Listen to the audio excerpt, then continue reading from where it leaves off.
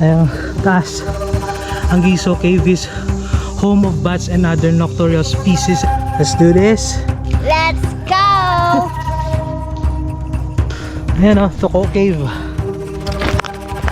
Nandito na tayo sa pinaka highlights ng lahat. So dito nagtatago and hideout ang mga guerrillas. Wow, ganda nga ma. Talagang maganda dito mga repa, nakakamangha. Ang daming paniki sa taas. Ayan o, ganda o. Ayan o, may mga cross. Mga pathway yan pa loob eh. Mission accomplished. Mga napasubo tayo. 3 rice please. Tatlo ka rice.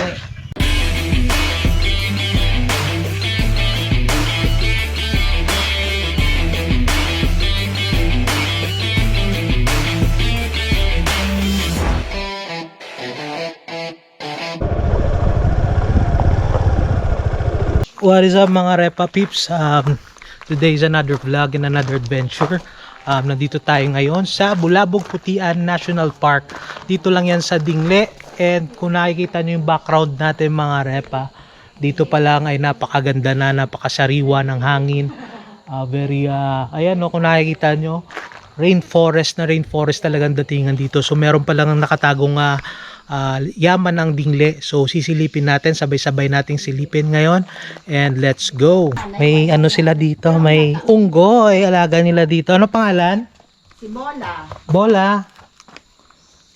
Si Sino Ali, next? ang nanay. Ali.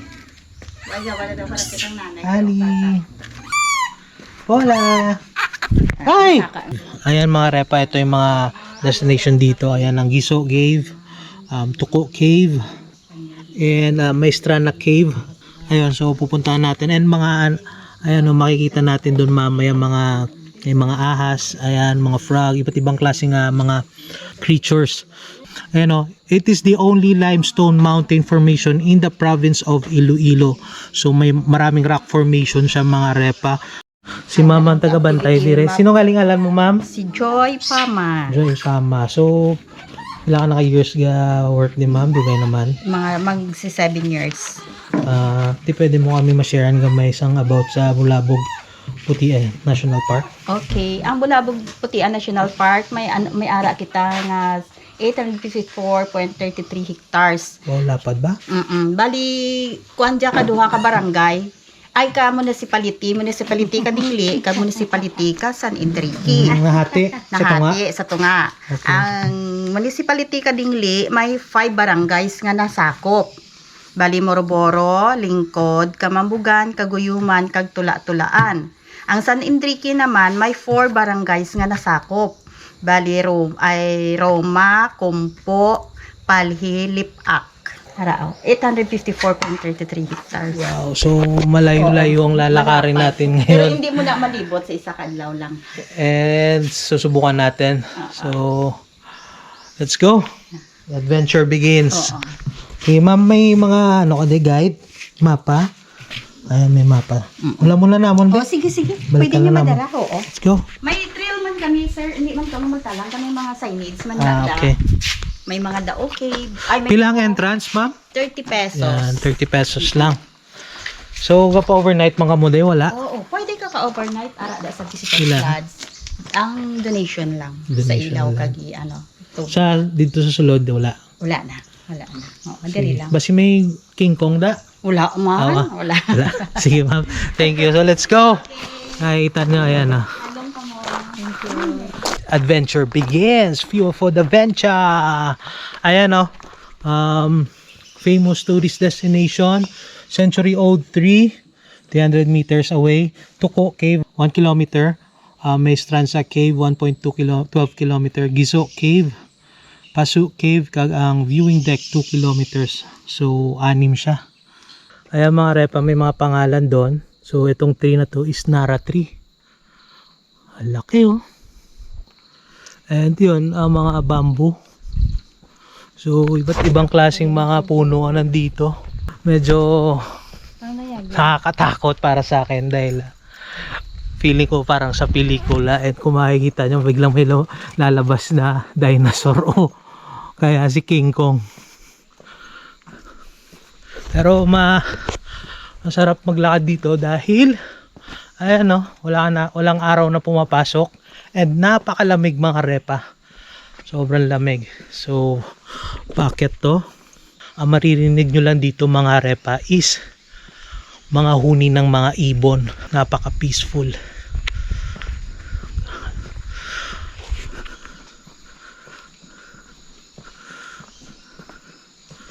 So yun, nandito na tayo mga repa sa first stop. Medyo bakit ang daan dito mataas, so hiningal tayo. Well, nandito tayo ngayon sa Dao Tree. Ayan, wow, century old tree to mga repa, approximately 130 years old. Ayan o, sa taas kung nakikita nyo, and tingnan nyo naman yung mga ugat nya, nakakamangha oh. Ayan, tingnan nyo yung katawan ng kahoy na yan. Dao Tree. Sabi no, 130 years old. Kamanga, 130 years old mga repa.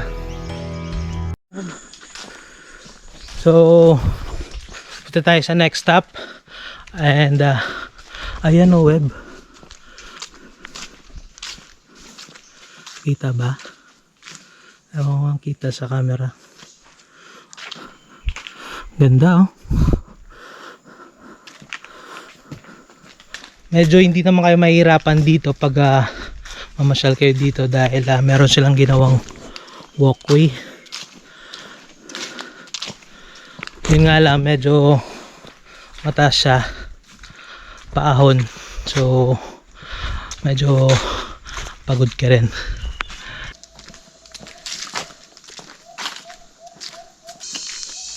Naririnig nyo?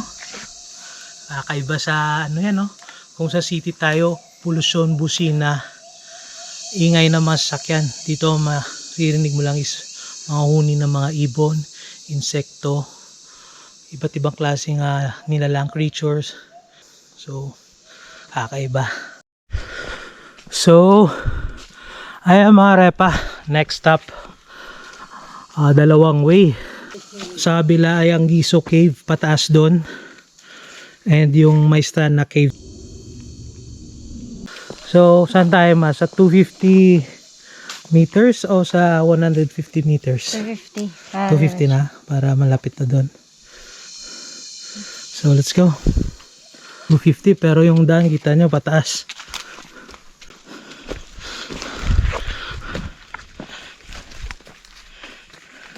So kasalukuyan natin ay binabaybay itong trail part papuntang Giso Cave. And take note mga repa, kami lang tao dito. Bakit nasa taas mga repa? View for the venture.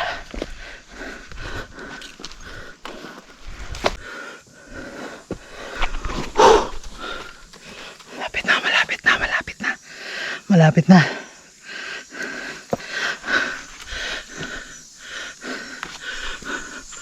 Wow. Ayan na.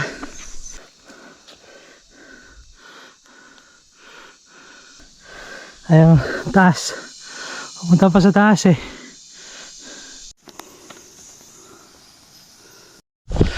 Ayan mga repa. Sobrang taas. Doon tayo galing kanina sa baba. Andun. Hindi ko na alam kung paano tayo bababa, pero nandito na tayo sa Giso Cave mga repa. Ayan, napakaganda nga talaga. And ang Giso Cave is home of bats and other nocturnal species and rock formation that gives leisure to visitors. Grabe, dito palang amoy na ang panghi ng mga bats. Ayan mga repa, may bako dito, pero may daan, alam mo, pwedeng bumaba doon dahil may daan doon sa baba. Ayan, kaso sabi ng nagbabantay, sinarado nila to gawa nga ng maraming paniki ngayon, maraming bats. So ayan, napakaganda. Kung nakikita niyo yung mga rock formation dito, yan ay tinatawag na stalactites mga repa, galing sa taas na ano ng tubig. Nag-form siya dahil gawa sa daloy ng tubig. Ayan, napakaganda. Try natin i-zoom doon. Ayan, sa baba. Ayan. Ayan o. Ayan yung nasa baba. Ang daming ang bats na lumilipad. Pagod na. Next stop tayo, sa kabilang cave naman tayo. So itong pinakamahirap para sa akin ay yung bumaba. Ayan o.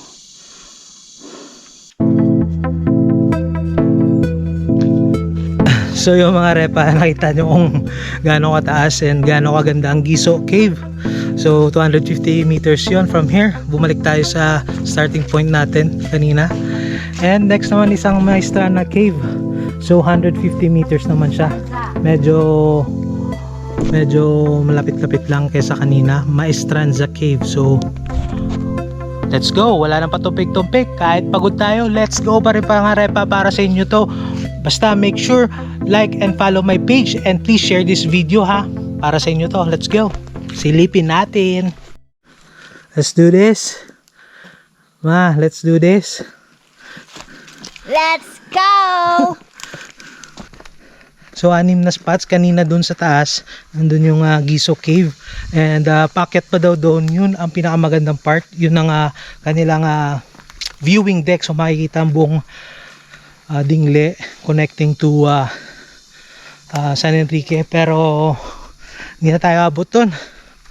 Dahil medyo mataas talaga dun. Hindi pa tayo nasa kondisyon para mag hiking. So let's go. Dito pala next spot lang, galing lang doon sa starting point is makikita mo yung Tuko Cave. Maliit lang siya. Ayan o, Tuko Cave. A small cave of elegant rock formation of stalactite and stalagmite that has gives a good experience to the guests. And kung nakikita yung rock formation, napakaganda mga repa, stalactites and stalagmites. So makikita nyo against the light. Ayan, pa tayo. So ito siya mga repa, Tuko Cave. Maliit lang siya. And sinasabi nila na maraming tuko dito. Nakikita niyo mga rock formation. Ang ganda, stalactites sa pababa. Ayan o.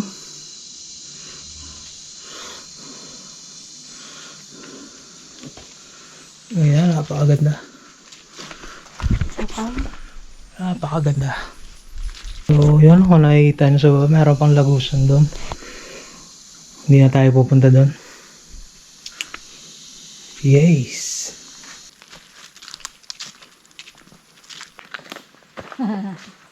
So, nandito na tayo sa pinaka highlights ng lahat siguro. Ito, Maestranza,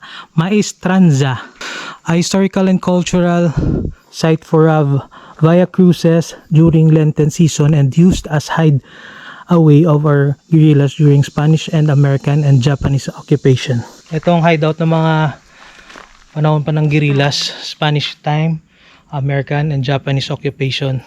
So dito nagtatago and hideout ang mga guerrillas. So let's go. Tingnan natin mga repap. Mukhang interesting sa loob. Ayan, dito pa lang sa labas is nakikita mo na yung rock formation. Napakaganda.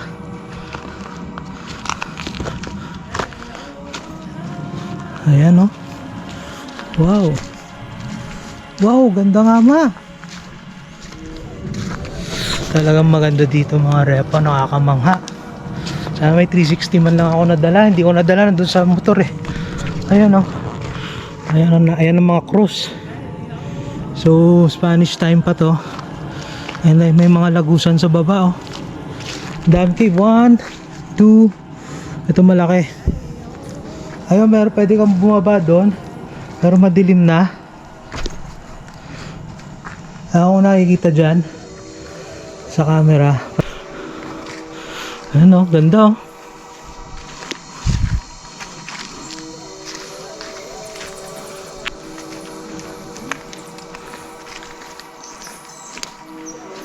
Ayan ang rock formation mga repo. Gaganda oh. Wow. Wow.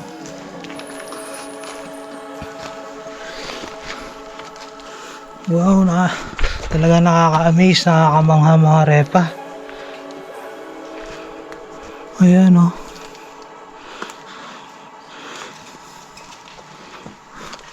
Ayun sa taas. Grabe. Grabe oh. Dragon. Tingnan nyo. Ang daming paniki sa taas oh.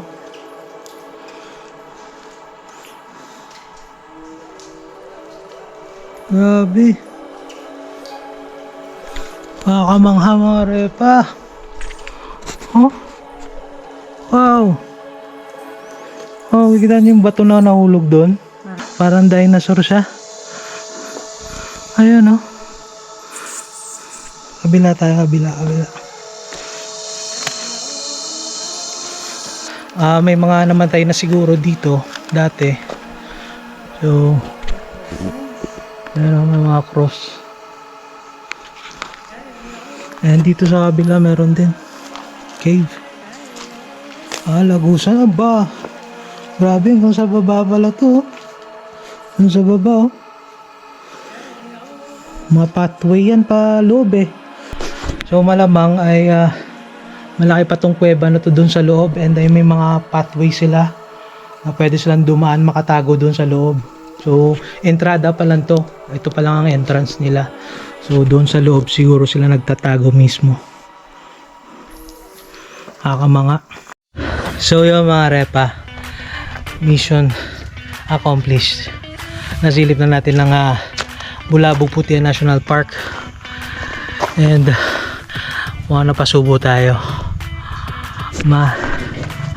Extra 3 rice please. Tatlo ka rice. Sila sir. Hi sir. Hi sir. Taga-diri ka mo sir? Kamu ka bantay de? Oo. Sila boss. Ano pangalan boss? Kimi. Kimi. Ikaw sir? Leo. Leo. Sila ang taga-bantay dire. So yun, kung nagustuhan yung video na to, punta na lang kayo dito pagka ang tripping nyo is nature trip and hiking.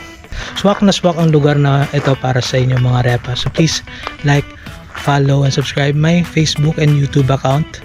And enjoy the rest of the day. Ciao!